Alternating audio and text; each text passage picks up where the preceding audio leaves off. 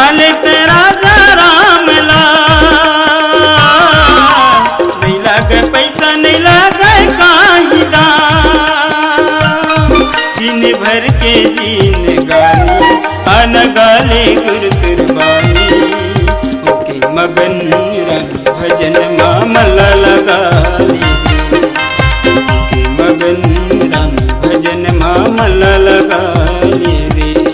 एकदम बसाले ते राजा राम लाल, नहीं लागे पैसा नहीं लागे काही दाम, चीन भर के जीन गानी अन गाले गुरुतुरबानी, ओके मगन राम भजन मामला लगा ले, ओके मगन राम भजन मामला लगा ले रे।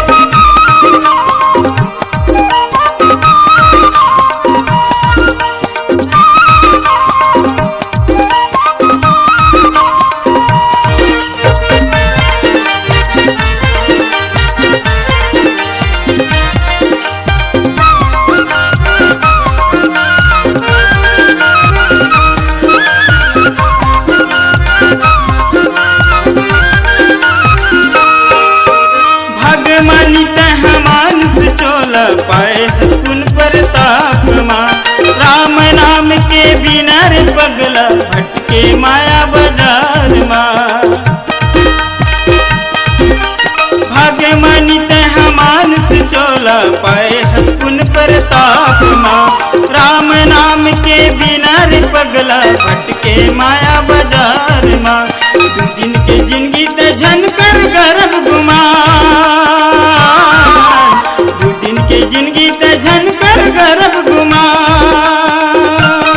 मानस गंगा माँ नहाले राम रंग माँ चोला रंगाले, ओके मगन राम भजन मामला लगा ले, ओके मगन राम भजन मामला लगा ले।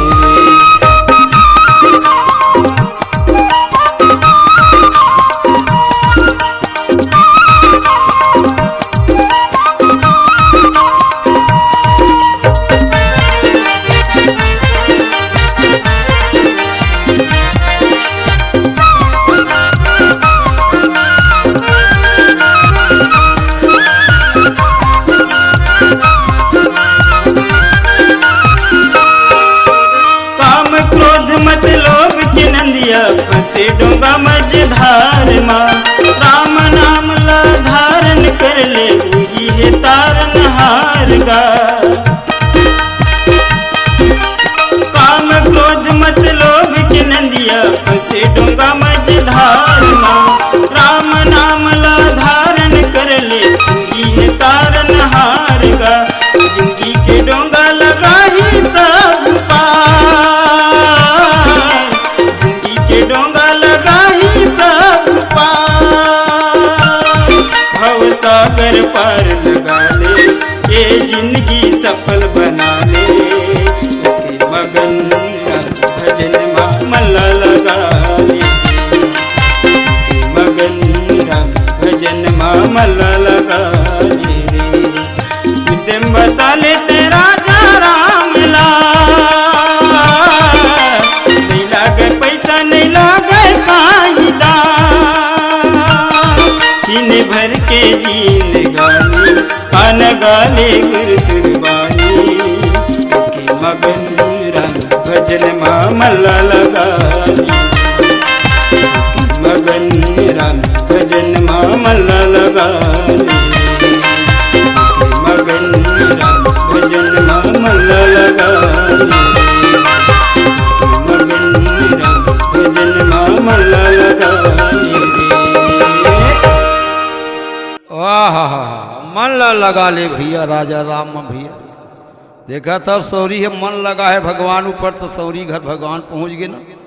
अब हम कहो भगवान में मन लगाबो तो हमरो घर में पहुंच जाही जी। भगवान हाँ केवल प्रेम ल देखते, श्रद्धा ल देखते, जात पात ल नहीं देखा मैं ब्राह्मण घर या हो के क्षत्रिय घर हो, नहीं नहीं नहीं, भगवान ल केवल प्रेम चाहिए जी। हाँ देखा सबरी जात के गोड़ी ने देकर झूठा बोला भगवान खा दीजिए। और भक्ति लो सुना नहीं भगवान है वो भोजन खाते का बलदाम। हाँ, जैसे खाया तैसना हुआ मन। हाँ, जैसना अन्न खाए ना सौरी के वैसने भगवान के मन हो गए। नौ ढन भक्ति बताना शुरू कर दी। सातवां भक्ति बतावा था सातव मम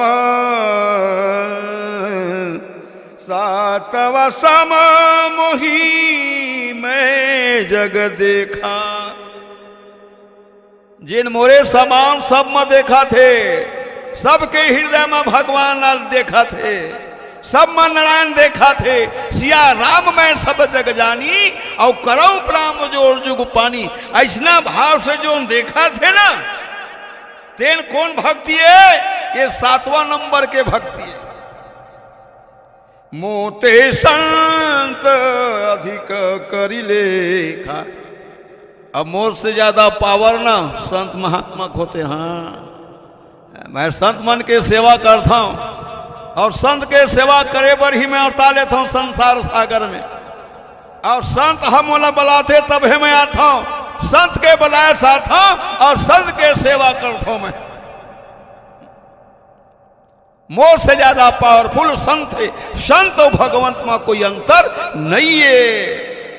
भगवान के बात ला संत बताते और संत के अंतःकरण के बात ला भगवान जानते। एक कारण संत और भगवान में कोई अंतर नहीं है।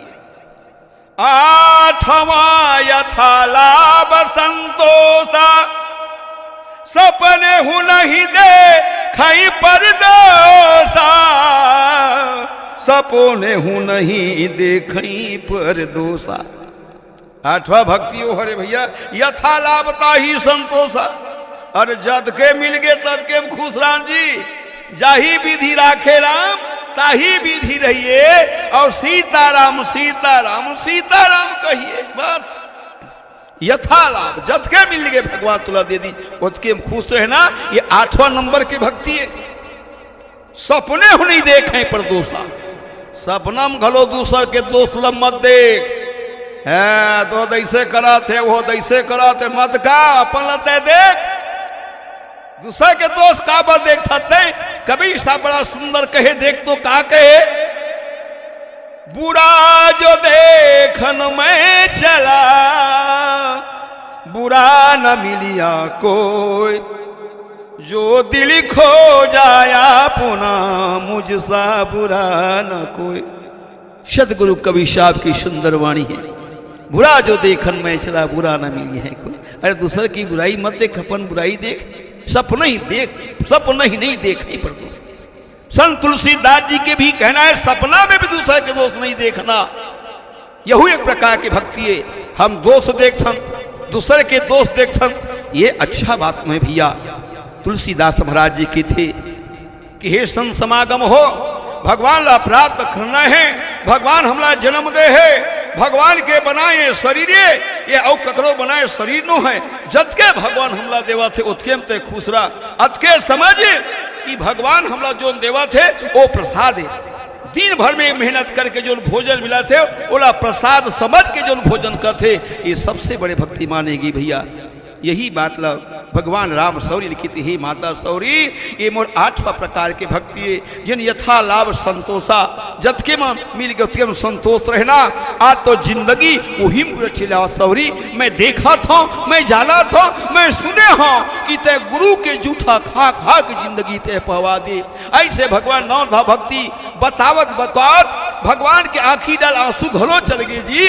और माता सौरी के घलो कथा सुनत सुनत भगवान के वाणी सुनत सुनत ओकरो आंखी के आंसू टप टप बहे बरधली।